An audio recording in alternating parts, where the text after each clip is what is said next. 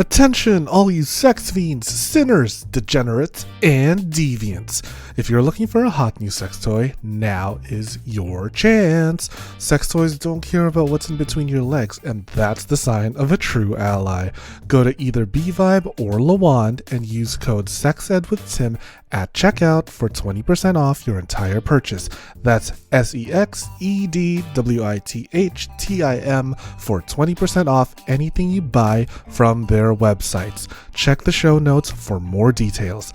Once again, that's Sex Ed with Tim for 20% off both BVibe and Lawand products.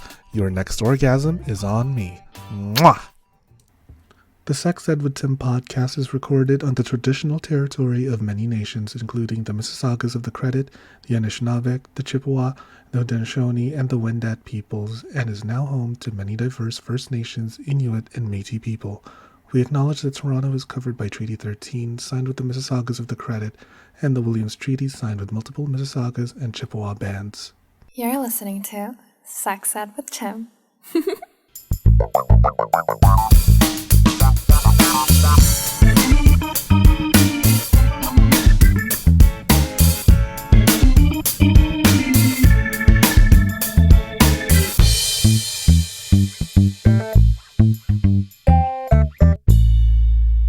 Hello and welcome to another episode of the Sex Ed with Tim podcast. I am your host, Tim. I'm a certified sex educator. I identify as chaotically gay. And listeners, what's the difference between sensual and kinky? In sensual, you use a feather, but in kinky, you use the entire fucking chicken. See, Sir Ezra agrees with me. It's an old joke. Yeah. That joke's older than both of us, I think. It truly is, but you know what? Old is gold. You know, it gets you from A to B. If a chicken gets you from A to B, hey, you know what? Whatever you're into, you're into. Yeah. I got an old BDSM joke if you want to hear it. Oh, yeah. Tell me all the BDSM jokes. So what's the difference between a BDSM relationship and a vanilla relationship? Ooh, what's the difference? In a BDSM relationship, there's a safe word to make the torture stop. Oh.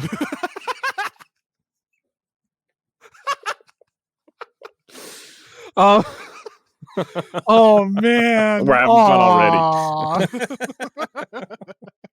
You mean to tell me that in vanilla it's just a never-ending cycle of torture and just like, Yep. You know what? I feel that. That's why I'm never going to be in a vanilla relationship or any relationship for that matter, because I am chronically single. No, but Sir Ezra, you and your wife, Queen Anna, you guys are so fucking cute. I am diagnosed as chronically single. My doctor just diagnosed me with being a little bitch. Which is why I'm never going to have a boyfriend. So, It's getting better than being a big bitch, I guess. I don't know. But when he called me a little bitch, I was like, ooh, doctor, tell me more. Ooh, humiliate me. I have my humiliation kink. No, but it's so great that you're here because I want to talk to you all about like your relationship and as well as like your book and holy shit, like your work in BDSM. So before we get started, how about you tell us a little bit about yourself? So my name is Sir Ezra. Nobody has to call me Sir. You can just call me Ezra. I call you That's Sir? Okay. You're certainly welcome to. Everybody is welcome to. Yes. I am the director of education at Sanctuary LEX Studios, where I host online classes mostly of the BDSM nature. I am an educator on my own. One of my favorite classes to teach is Mindfucking Mindfully, and I wrote the book on mindfucking. So, and I think we just hit like 300 copies. So fuck yeah. And we just released in like May, so that's a really good. I'm really happy with that. You know, for a self-published book, that's a lot. And then let's see, I host play parties in the Los Angeles area.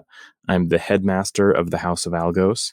I am a coach at askezra.info.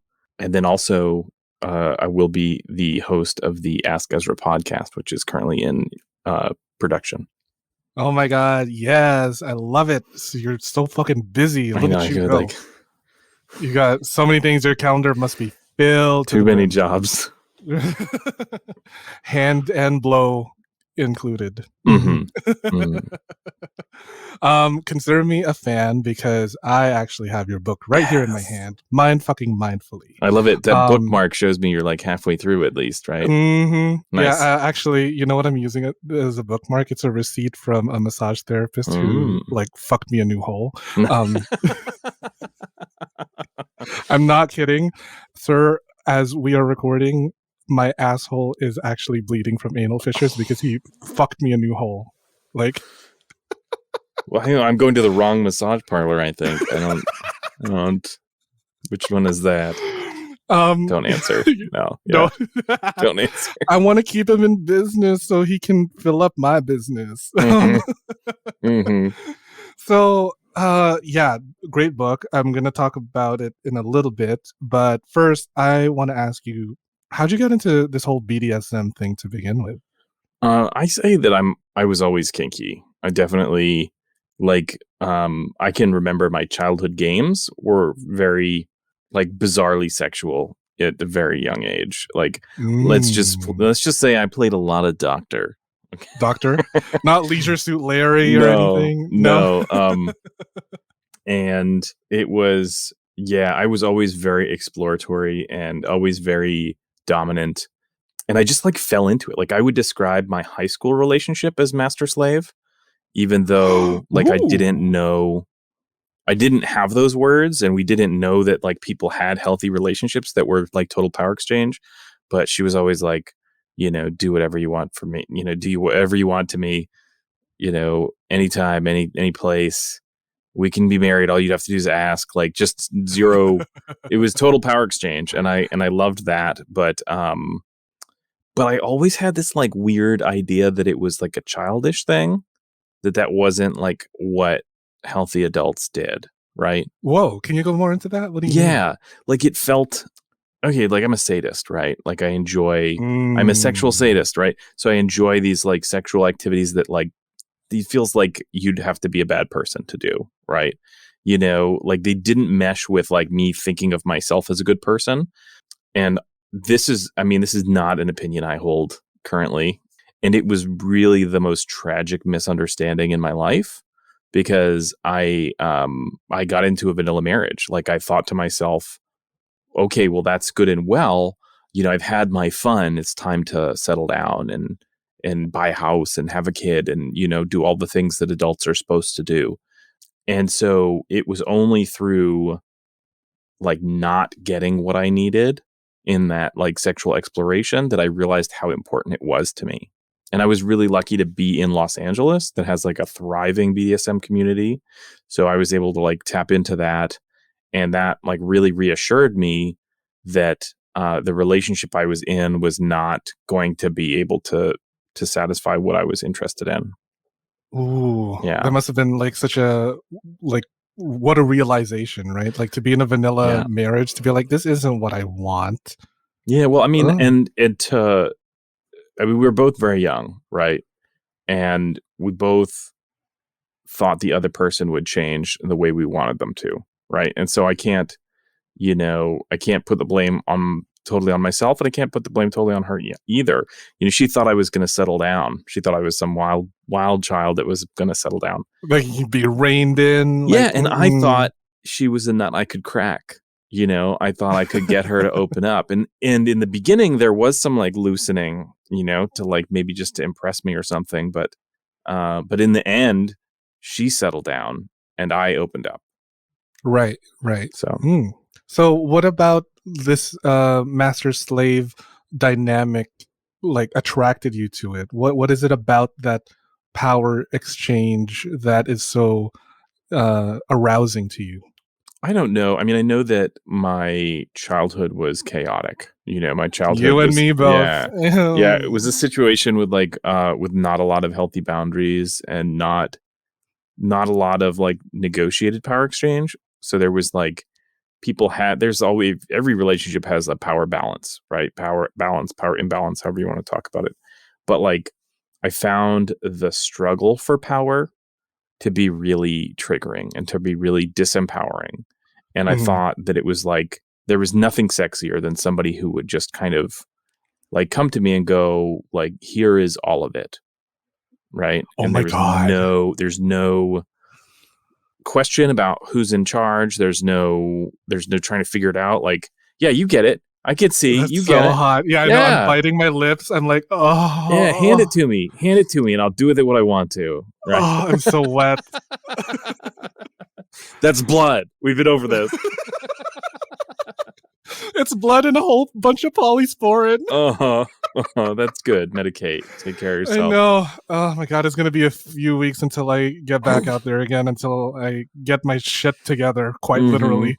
No, but like I totally get it. That's like it's so hot to like to think and see that your partner is like, here's all of me, like literally all of me. But I also understand, because I'm a switch, that like I kind of like giving myself over to another person, because it's like, I'm so tired, just take control, I'm lazy, I'm gonna be a pillow princess and just do whatever the hell you want to me. I'm like, I'm gonna take a couple Vicodin and knock out and then just do whatever the fuck it is you want. That's why your butthole hurts, because Exactly. because you're not feeling it. I know. You would think that like 4 years in escorting and like upwards of 1,000 sexual partners, I would learn, but no, I'm still as trashy as ever. But such is the life of Tim in this chaotic ass homosexuality. But I want to ask, how is it that you came to realize that you are like the master, the top rather in this dynamic?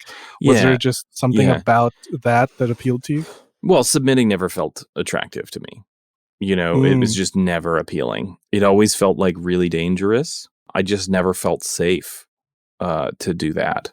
And so being in control, like I could make sure that I was safe and I could make sure that they were safe, you know? And when it's like driving the car. If you're a passenger, you have no control of your safety. You're just there. Right. They drive. Oh my God. They drive off a bridge. You're driving off a bridge too. But at least like when I'm driving, I know that I'm in control and I can make sure we're safe. And I think that was sort of, there was some like emotional aspect of like needing to assure that we were safe. Right. And I've gained some flexibility. I would say I identify as a switch, but it's not a never activity. It's just an almost never activity, you know? Do you find that one personality is more lenient towards being the master or the top, or like is it just unpredictable when it comes to how you're appealed to this power dynamic? Yeah, no, I hear you. So like we often do have like sort of segmented personality, right? And I find that the master position really gave me permission to be as rigid as I felt like I needed to be. And it's interesting too, because like it also gave me permission to not be rigid all the time. Right? What do you mean by rigid? Like, well, it's the compartmentalization I want to make the point of first. Like, when I first got into yoga, I didn't have like a yoga habit. I didn't have like a routine. I was just like, I'm going to do this position, or I'm going to do that position, and be in the middle of the fucking day. Sun Yeah, I'm just in the middle of the day. I'm doing like spinal twists, you know. And but once I found a time of day to like, now I'm going to have my hour of yoga, then all of a sudden it disappeared from the rest of my life. And so I think that there's this staunch rigidity that is an impulse for me, and there wasn't a place for it. But now that sort of found a relationship where that's welcome and even, you know, wanted, then it allowed me to not be so rigid in the rest of my life. Right. And by rigid, I mean like inflexible, like stern, like, you know, if you're not doing the job, there must not be harsh enough consequences, you know? Right. Yeah. And I think like that I was like the disciplinarian daddy, you know, to start with. Ooh. um, Oh my God, yes. but I've also softened a lot in my self-discovery because I felt, I've got more tools. I've got more things that actually put me in control. And so I'm not like plagued by this feeling of not being in control, or like I don't have to be so rigid because I can be more dynamic but still stay in control. What are some of those tools that you have found to be helpful to gain Yeah, control? yeah, communication. Yeah, Mm. communication, like honestly, being vulnerable is super powerful. Like being like, Oh yeah. "Hey, this Oh is how God. I'm feeling. Is this how you'd want me to feel? Or this is when you do this, sometimes I feel this way. What was your intention in how you did what you did, right?" And so by having those conversations, then you actually know what the person is trying to do, or like how they can get into it, or like it's not a mystery. Like being like not knowing is the most disempowering thing, right? Like imagine you're on a date and you don't know if it's a date or not. Oh my God, the worst. That's the worst, right? Oh And shit. all you Yeah. have to say is like, "Hey, are you interested in, potential romantic relationship out of this?" And it's a yes or no question. And then Mm. once that's over, so be vulnerable. And then now that that question has been asked, now you have power because of the power of knowledge. You know, I can attest to this because not too long ago I was what I thought was a date because I just got connected to this one guy through a mutual friend, and then I just didn't know what it was. But I'm not really in a position today. I kind of just want to fuck because I'm fucking horny. So I literally straight up went to the guy that I was on a blind quote unquote blind date with and said, "Hey, you know what? I'm not really looking for a relationship, but I kind of just want to fuck. Like, this is where I am right now. How about you?" And he's like, "To be honest, I'm not really looking to fuck. I kind of would just like to hang out with you as a friend." And I'm like, you know what? Not the answer I wanted, but definitely the answer I needed. Right. And Yeah. it's just like, that was so much more liberating than like, is it going to happen? Is it not going to happen? Yeah. Because It's so much easier. because it's not an unknown anymore. And knowledge is power, right? And so Yeah. I think there is an impulse to role play power. And I think that can Hmm. be really therapeutic. But I think that there's some of us who get sort of trapped in a need to role play power. And it's usually because we're in non powerful positions. And so actually finding ways to be more powerful is going to make it so that you can role play other ways. It doesn't mean Hmm. you have to put away the master's cap, but it means maybe you don't have to wear it every day. Oh my God. Yes. I like that. So, like, everything that you're saying right now, you've learned from being in a master slave relationship and being in the BDSM community. Oh my Mm-hmm. God. Yeah, What? well, and okay, and I studied intimacy coaching too, and it was amazing how much it showed me about me, right? It was really valuable because I realized like I can't help anybody with something I haven't helped myself with yet, right? Correct. And so Hmm. now all of a sudden there's this like financial motivation to work on myself, Yeah. and it's funny how Yeah. money motivates. So, Listen, I yeah. always tell people, like, the people who have said money doesn't buy you happiness clearly have never had money. So, Or they have never not had money, so they don't know how happy having health insurance and oh, having, yes. having a comfortable Yeah. place to live can I'm make not, you, I'm not looking to make $1 million. I just need to get through the fucking day. right? Yeah. I just need to get to retirement. That's all. Yeah, right? And I just need to get my asshole Survive. repaired. That's Oh, no way to it's talk about your massage therapist. Listen, I booked him like 4 months in advance for the next like how long. I bet you So did. he's got good business, and plus my work insurance covers it. So Oh, that's it's a great. win-win situation for everyone. But I want to rewind a little bit back Yeah, sure. to just some terminology that we're dropping here. Master slave relationship, what does that mean, and how is that different than your normal Hmm. everyday run-of-the-mill vanilla relationship? Yeah, and I'll also say that a good synonym is like owner property. relationship, because for a lot of Ooh. people, master slave is really triggering for cultural reasons. For sure. For sure. And the other thing that you could refer to it as like a total power exchange, right? Okay. And so I would say, like, imagine a spectrum, and on this spectrum, on one side is top bottom, right? Where you have somebody who's designated to do the thing and somebody who's designated to receive the thing, right? And on the other side is master slave. Basically, all the decision making is relegated to one person. Or is relegated is the wrong word. I keep using the wrong word. All the decision making is assigned to one person, right? Okay. Right. Okay. You may be like, oh, you have this much power, you have that much power, but it's not so much as of a conversation as it is a dictation, right? Now, in the middle is everything else.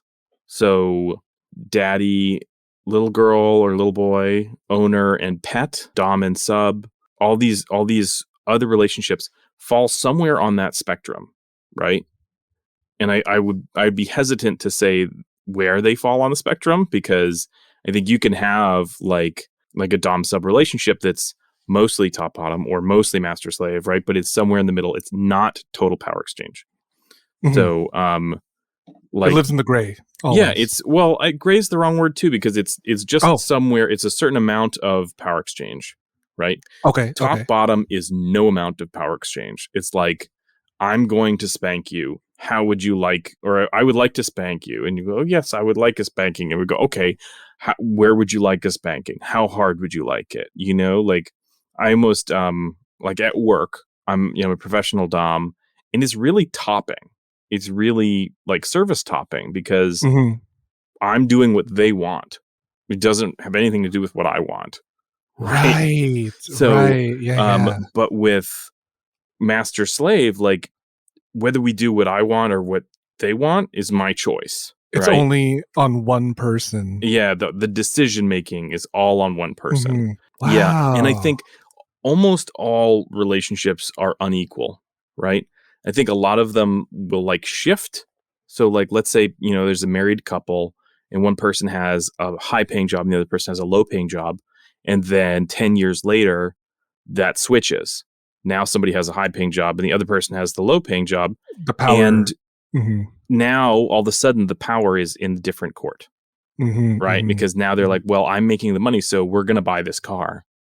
I'm going to pay for it, so we're going to buy this car, right? Right. Where when they had very little money, they didn't have a lot of say in which vehicle was purchased, right? Right. So a lot of relationships have like sort of a back and forth, but almost all relationships have some inequity, and it's just mindful inequity. Like maybe you're older than your partner, so you have knowledge. Knowledge is power, right? Maybe you're significantly more attractive than your partner. Beauty is power. You have power over your partner, and I like to call BDSM as power with, as opposed to power over. So, hopefully in that relationship, everybody is empowered by that exchange of power. Right. Right. Because everybody knows the direction of the power and we're all consenting to that directional power. Yeah. If you and me were like on an art project and we both have different visions, we're both trying to do different things, but we have to make one art project, it's going to look like a fucking mess. Yeah. It's going to look like a mess. But if you say, Sir Ezra, I appreciate your knowledge. You've been doing this a little bit longer.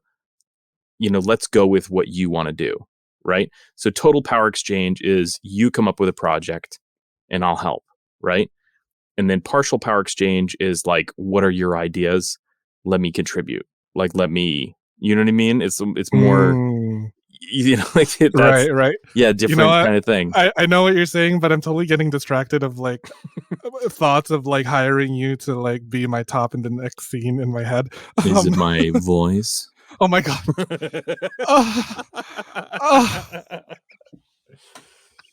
Jeez. Oh my god. This is an 18 plus podcast, apparently. Please, I always make sure my audience knows the trash and the smut that they're going to get into. We'll be right back after this commercial break. Yes. I want to let you in on a little bit of a secret. So, did you know I have a Patreon? For as little as $1.50 a month, you can access all of these episodes early and without these pesky fucking ads. I know they're so annoying, trust me, but girls gotta pay the bills, right? And then if you want to pay a little bit more, you get access to some bonus episodes. Plus, you can also access the exclusive Sex Ed with Tim Discord, where you get one-on-one time with me every month. We can talk about anything that you want. It can be like a sex ed kind of thing, or just a little kiki if you want some advice on sex, dating, love, whatever. I highly suggest you don't, because I don't even know if I'm taking the advice that I give out.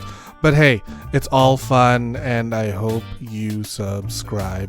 I will see you on the other side of this ad. Mwah! Do you like feeling sexy and looking sexy?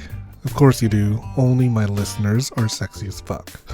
I have partnered with fetishwear designer Dale Kuda to bring you the hottest deals on custom jock straps, harnesses, hats, and more. Head over to dalekuda.com, that's DALEKUDA.com, and use code SEXEDWITHTIM at checkout for 25% off the entire store. Yeah, you heard me. 25% off. And cherry on top, free shipping. Oh my god.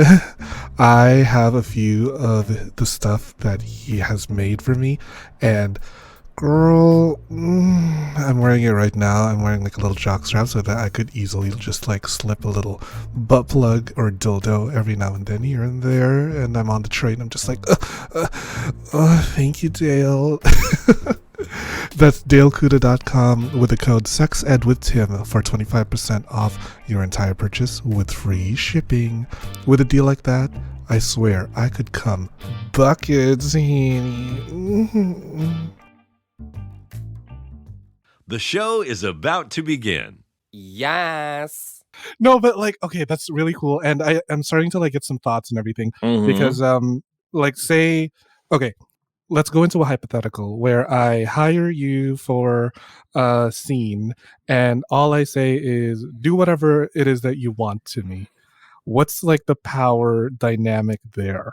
Yeah. So I would say in general, the power dynamic is pretty neutral. It's pretty much top bottom, right?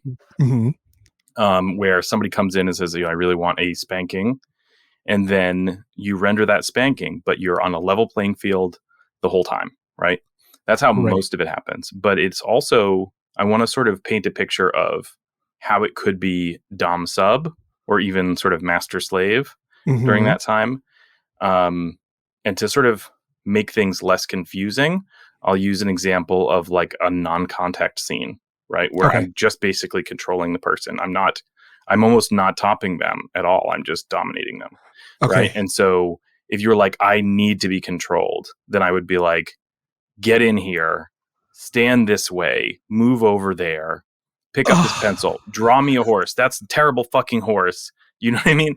You know, that's not the horse I was talking about. You know, and so like, here's an example where I'm not, so there's some like verbal abuse in there, but I'm not like hitting you with things, right? I'm not I'm not doing much topping, but I am like, you know, controlling you. I'm dominating you. So that's an example. And there's mixes that are sort of harder to describe, but I thought those would be two pretty clear examples of how that can be different. Would you agree? Or yeah, that's a good way to put it. Yeah.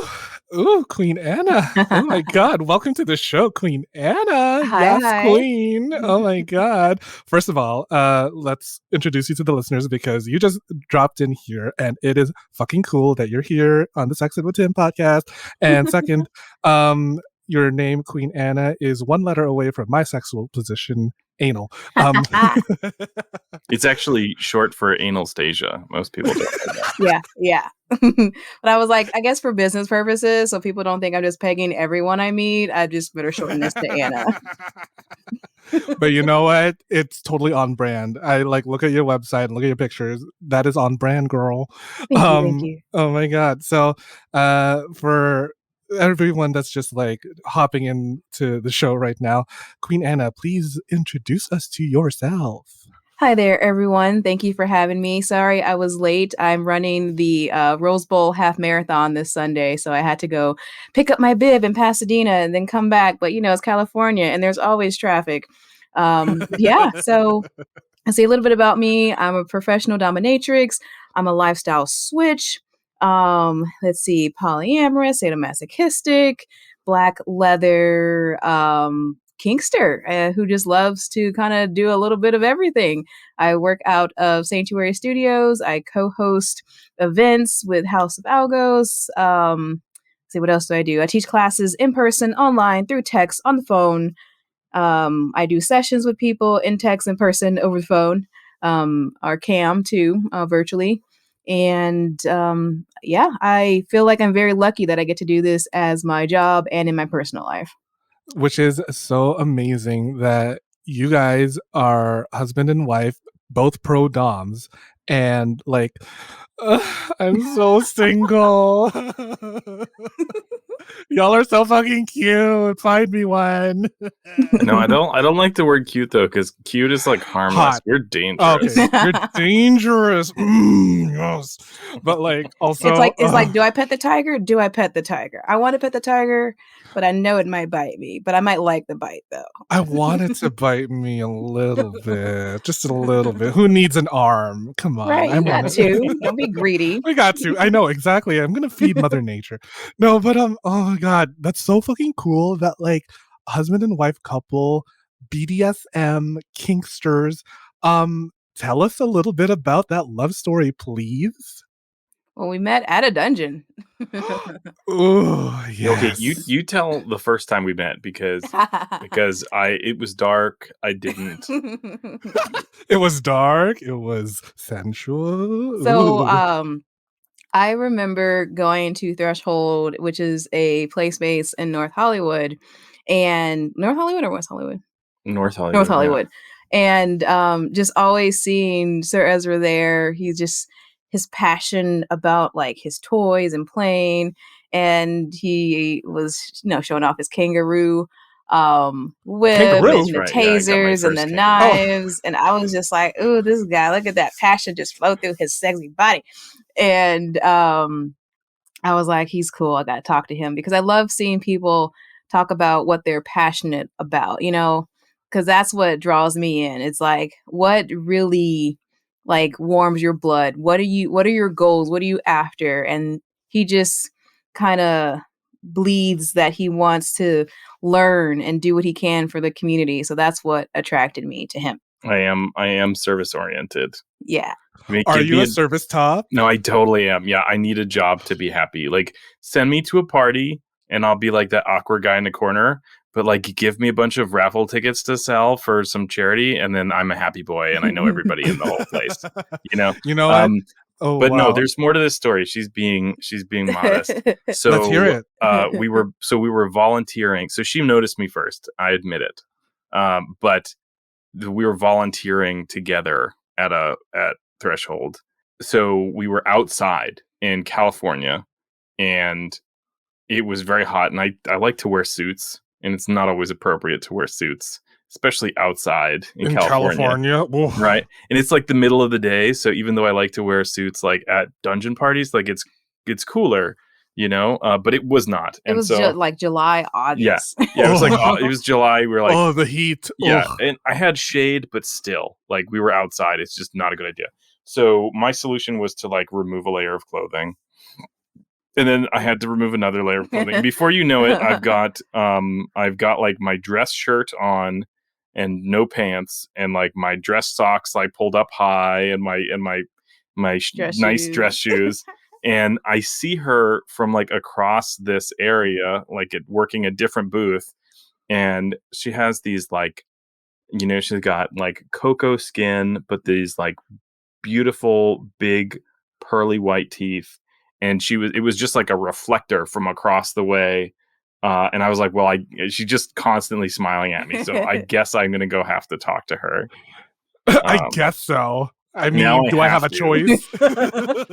Now I have to. Yeah, that's what happens when you take your pants off in front of me. I'm just like, I ooh. mean, isn't that like how people should be greeting each other? Just take my pants yeah. off and smile and show Right. all the skin, honey. Don't shake my hand. Take your pants off. I won't tell you about the first date. You have to put that behind a paywall. Ooh, okay. I'm definitely gonna be another subscriber. That was probably the craziest first date I ever had. Second I mean, podcast, maybe. like, honestly, you kinksters, queer people, our second date is already like fisting. Let's be real here. That's when we're getting acquainted. You know, when I'm like a Jim Henson puppet. Yeah. Here, let me tell you what your name is by making my hand make your mouth movements. That's right. Let me spell the letters in your butt. Exactly. Oh my God. So, wow, so hot, so cool that you guys are like doing the things that you love together and with each other. Like, and it's like, I guess that speaking from the point of view of some random vanilla-ish conservative person, you're a run-of-the-mill whitey, who's like, how does this work? How do you guys make this work, like being the house of Algos and like being kinksters, being pro-doms? Is it just like a lot of communication, a lot of setting boundaries? Like, what went into this relationship that you guys have now? Lots and lots of communication. That's what I thought. And planning and Google calendars. Google Calendar. Yeah. Well, and it can feel strange, but like making time to be intimate, like planning for that. Aww. Yeah. Yeah, it's saying like, hey, this is going to be a date night, or hey, this is a day we're not going to be on our phones, or hey, this is a day that we're not going to talk about kink. Because it's so easy when you're in the lifestyle and you're a professional to just always try to think of like new ways to keep the business going, or to like plan for the next event that you're doing, or plan for the next book, plan for the next class. And it's just, you have to set time to say like, hey, at this moment, we're not going to do anything kinky. We're not going to do anything work related. And just know how to just be there with each other. At least not anything work related. I don't know about nothing kinky. That kind of nothing work related. I know. I'm so guilty of like we're in bed. It's nice and relaxing, and I'm like, oh, don't forget we have to do that tomorrow. And I'm like, oh fuck, I just ruined it. I know. Now it's like I got to pick up the laundry and then go top my bottom the next day. It's like, ugh. I totally understand. And like, you know, people in the sex education industry and the sex work industry, like, we can get tired of talking about sex 24/7, right? Yeah. Like it can be quite exhausting. No, and I think like context is super important too. Like it's tough sometimes to like get out of work brain, right? And so like for me, like I have a little office in my bedroom because of the pandemic. So that's tough. I need to like pick that up and hide stuff so that I'm not like triggered into thinking about work because I can see all of it. Oh yeah. Oh my God. Like if I see like a vibrator or something, my mind goes, okay, I'm going to try that on because I want to review it and like I'll tell all my friends about it.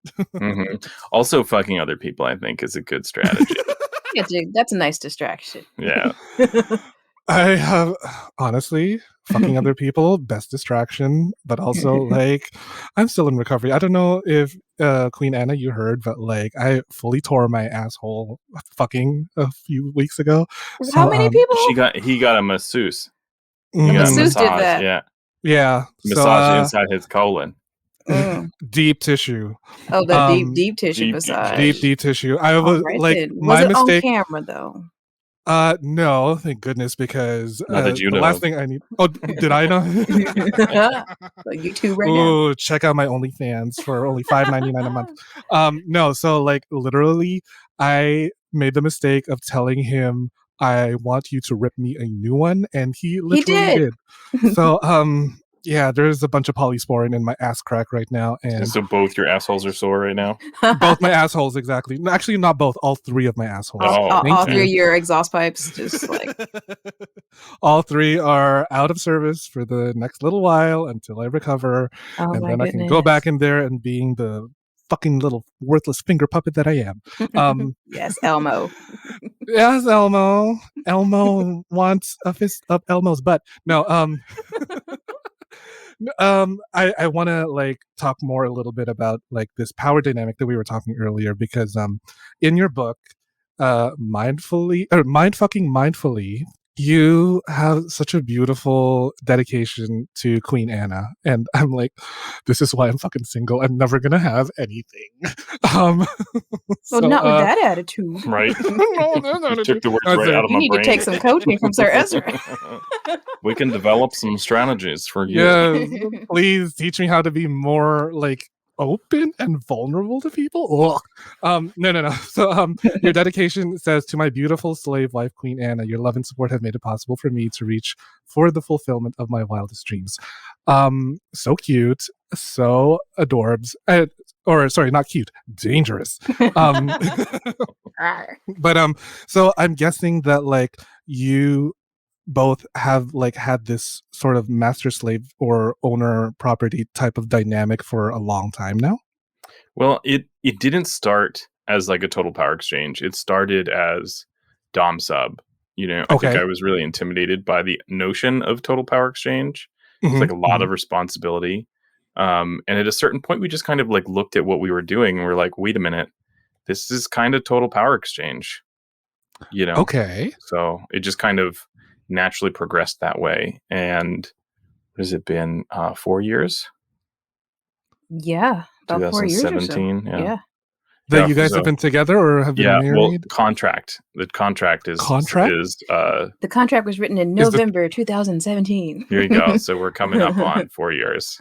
Okay. Of, I want to hear all about this. I mean, you don't have to go into the specifics of the contract, but like a contract? I love contracts because they really spell out expectations for each other.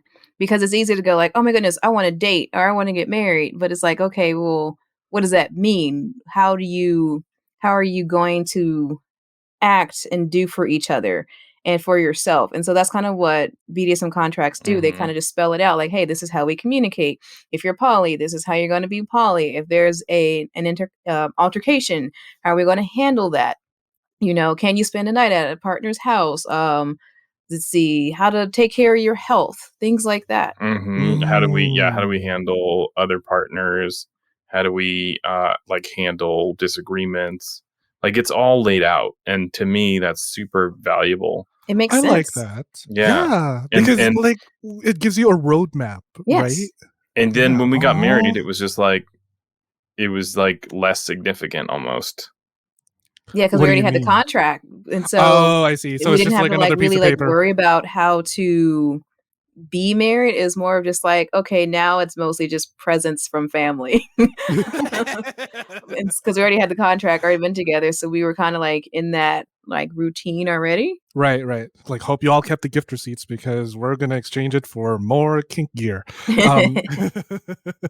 No, that's really cool, and like I feel like contracts should be more normalized, even in Yeah. like non BDSME kink Yep. type relationships, because it just gives you clear instructions on how to resolve like life's most sensitive, icky things, right? Mhm. Like arguments. I know that there's this one of my couples, one of my friends who are like coupled up, they have a contract or like a stipulation in their contract that's like every time we end an argument, we got to say I love you to each other, watch like TikTok for the next 5 minutes, watching funny videos, and then call it a night.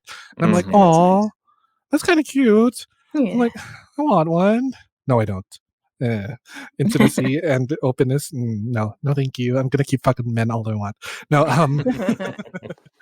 so going back into your power dynamic, does it like stay consistent in terms of like whether you're in the bedroom or outside of the bedroom? How does this work?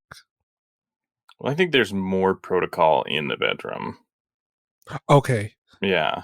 Yeah. Protocol Yeah. as in Protocol, like sort of like rules, if you will. Like there's more rules to follow in the bedroom, because I think if we took the amount of power exchange that we enjoy in bed together into the world, it would be not only conspicuous, but also like really challenging. conspicuous Yeah, because there's a how. time and a place for Oh, right. Yeah. practicing all of these. Yeah. Right. Because for me, what I imagine is like, if you're going to engage in this specific power exchange, you're going to go out to the grocery store and then you're going to tell the top tells the bottom, you are going to buy just those mushrooms and nothing else. Like, you know Yeah, what I mean? I Like, want her to be able to go to the grocery store and come back with a sensible amount of things without having to tell her exactly. This is fucking exhausting, like I don't yeah, and so in that way perhaps we're not like total power exchange. right. But Yeah. the way I like to describe it is like what she has the power to do is ultimately my decision.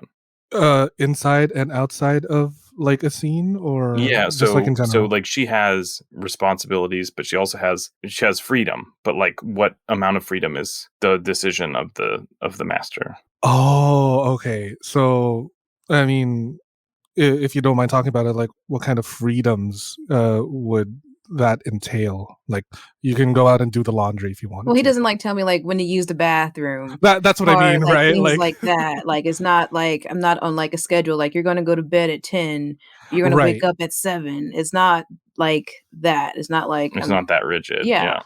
Okay, yeah. But are there some power dynamic type of relationships that follow that rigid I Yeah. think model? so. Yeah. Yeah. There Yeah. are. Yeah.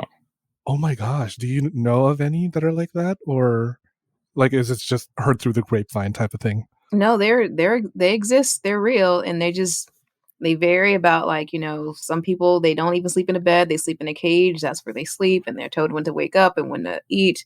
But some people, that's not their thing to be Hmm. you have to be very organized to be like, all right, let me make sure my person went to the bathroom. Like Right. Right, because that can feel like a little exhausting, like Yeah. yeah. being in that constant state of mind 24/7. Like, oh boy. I mean, I can go on for hours like taking cock after cock in my ass, but like not 24/7. Not today you can't. Yeah. Not today. Well, and here's one way to think about it, right? Like so let's say, Tim, you're terrible at drinking water, right? Like your health is suffering because you just don't drink enough water, right? Right. That is So correct. How did you you know can that? lose your ability to decide how much water you drink Mhm. by giving it to your master. And so now your master's like, okay, it's 8 full glasses. It's this, I'm going to give you 8 alarms. And when the alarm goes off, you have to drink a whole glass of water. No matter what, Yeah. Like, and even if I that don't could want be, to. well, they want to do what the master says. Right. Oh, yeah, right, Right. right, right. Yes, So, yes. Okay. Okay, you know what? That makes sense. Ooh, I wish someone could tell me to drink yeah. water And because so, all I like, do is drink booze. right. Well, but I want to sort of illustrate that it's not usually malicious control. It's Right. benevolent control. Which is like what you make very clear in your book. And Hmm. I want to talk about that now because it's so wonderfully written and it's very like simple to understand. Not like those huge DSM type of books. Um Holy hell. So Mindfucking Mindfully. You wrote it back in May of Yeah, that's right. 2021? It was published in May 21st, I think, actually. Okay. What like got you to write this? What inspired you to write this besides your beautiful wife? Well, she encouraged me, certainly. Aw. But I think that I teach a lot of different classes, and mindfucking is probably the most fun that I get to have teaching a class. And it's always full, and people are always really appreciative because there isn't a lot of people who will teach the class. And then furthermore, there wasn't any like literature about it. It was Mm, really hard to find literature about right. mindfucking. And Mhm. so I figured it was time. It was time to have some book that could help with that. So that was my motivation. And I have like a mind fucking mentor. And so, I was able to sort of bounce that idea off of them. And then they really nailed me down in terms of like being like, pick a date. When are you going to finish it? And once I picked a date, it was a lot easier to go and finish it. Yeah, I bet, because it's like we're so prone to procrastinating. I'm just like, I want to keep writing more, but no, I want to keep writing less. Mhm. No, I totally get it. Yeah, and you want to make it perfect, but there is no perfect. There's Yeah. always more stuff, So I bet you're already like in the works of your next book or something right now. Yeah, I am. I'm doing Yeah, you interviews, are. research interviews, and I'm probably gonna publish a second edition to the Mindfucking as well once I get like more feedback on what people liked or what people thought could have been different, and I love it. I love it. So I want to go over where I stopped here in the book. So you talk about the different types of mindfuck, and I would like you to explain if you can, and for Queen Anna, like chime in whenever you want, because I also want to hear some actual examples besides Sir Ezra's like definition. So the first one you have here is expectation. So expectation mindfuck. We're page 20 something. 25. So 25, page 25, you talk about different types of mindfuck. Expectation mindfucking is probably the most common because everybody does it, right? Mhm. So if I'm like, you're going to get it when you get home, that's like, I'm just kind of not giving you enough information. You don't know what to expect, right? Or like another one I like to use is the rhythm. Like if I'm giving somebody a spanking and I'm like, pat, pat, whack, pat, pat, whack, pat, pat. Ooh. Right? Like you felt that, the anticipation, the not knowing, right? I was waiting for that whack. Like, come on, give it to me. Yeah, right? And maybe it comes harder, maybe it comes later, maybe it doesn't come at all, right? But by setting up an expectation of a certain behavior and then deviating from that behavior, that's a real mindfuck. It's hard to understand what's coming next because now you don't know. Yeah. Oh my god. That's kind of like the one scene in Rocky Horror. It's like Antissa, and then like, what? See it. No, I totally understand. Oh my god. Did you get to that part in the book where I did that? Not yet. Like literally, okay. I'm at page 25. So I mean, yeah, I'm gonna have to hire you at some point, Sir Ezra and Queen Anna. Do I would like for both of you to be my top, please, because well, where we work. Yeah, I know. I'm gonna have to make myself available in LA, and I'm gonna come to you, and I need therapy in the form of kink and BDSM and fisting. Or if people have enough funds, they can also fly us out to them. True. Exactly. Ooh, fun. Come over to Toronto. We're going to have ourselves a little kink party. Yes. So, I mean, I don't want to spoil the rest of the book, but you totally talked about expectation. Some others are perceived power, illusions, asymmetric information, perspective alteration, degrading or ennobling, and humiliation. And these are so great. And like, I just, oh my God, I'm so turned on by just reading those because I'm a filthy little cum dump. I just wanted to bring that out really quickly. And I know we're a little short on time. So I want to give the listeners something to take away from this amazing conversation because Sir Ezra, Queen Anna, you guys have been so lovely for coming on my show and absolutely amazing. Do you have any like parting wisdom to give our listeners for the show? Yeah, well, I think we always hear from people who are brand new. And, kink, I think kink is for everyone. If you learn enough about it, then you'll find something that appeals to you. But start low and go slow is what I like to say. So give yourself, like, let's say, okay, I'm going to try spanking. Okay, start with a low intensity and a short amount of time, and then just see how that feels. And then you can come back and do more later, because what you don't want is to do too much right away. Right. Because that's a really quick way to turn somebody off. You want somebody to have a positive experience first so that they're not scarred. Like if you've got a partner who's like, I don't know if I'm into the spanking stuff, they'd be like, just spank me twice and see how you feel. right? Start low, go slow. Mm. How about And you? it's not even like just physical acts, like even, in relationship styles. Sure. Yeah. Start Don't low, rush go it. slow. You don't have to jump into the poly pool and just fuck everyone else. Like, ease up a bit. Yeah, and I would say, give yourself permission to feel nervous, to feel anxious, to have that anxiety. It's okay. It's not about being perfect. Make as many friends as you can when you come. Don't have your partner finding goggles on just yet. If you're a submissive, talk to other submissives. If you want to be a dominant, talk to other dominants, and see how they started their journey and learn things from them, so you can also learn how to be a sadistic fuck. My dirty brain, when you said make as many friends as you can when you come, I just imagine somebody being like, I'm Um, coming, who wants to be my friend? Be like present. the fountain of youth, as some would say, right? Mhm. Fountain, yeah, just come and then like, come on. Yeah. And I'd love to tell you guys about my podcast too before Yes. we go. So before we go, please make like a butt and plug away at anything that you want. Yeah, absolutely. So not only am I teaching the Mindfucking Mindfully class at Threshold in October Woot. and Denver Sanctuary in November, but I'm going to be doing DomCon, 3 classes at DomCon New Orleans.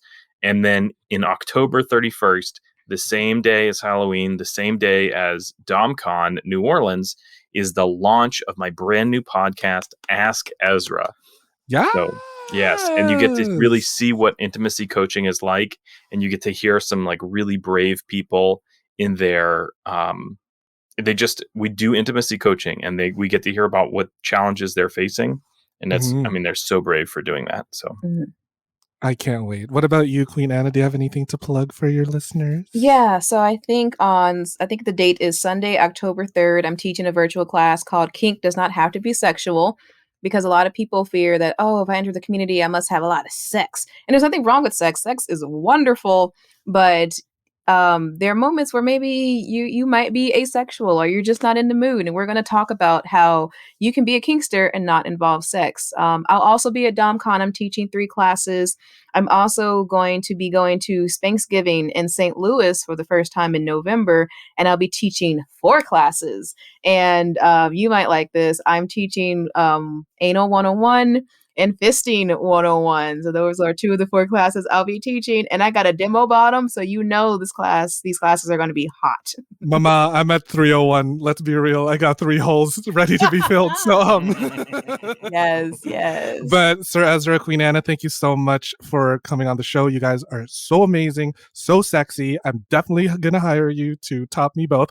And thank you so much, everyone. Thank you so much, everyone, for coming to listen to another episode of the Sex Ed with Tim podcast. So if you like the show, please rate, review, and subscribe, and just follow everyone that you've heard on this episode. And with that, I will bid you adieu, and I will see you at the next one. Bye. Thanks for listening to the Sex Ed with Tim podcast. Sex Ed with Tim is created and produced by me, Tim Lagman. Music is Aces High by Kevin MacLeod.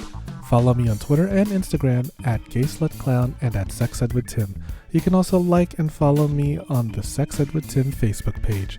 If you enjoyed the show, please rate, review, and subscribe on Apple Podcasts, Spotify, or wherever you get your podcasts. Even better, you can also support the show on Patreon, where you can get early access to ad-free episodes and more. Thanks for all your support, you dirty little slut. Mwah.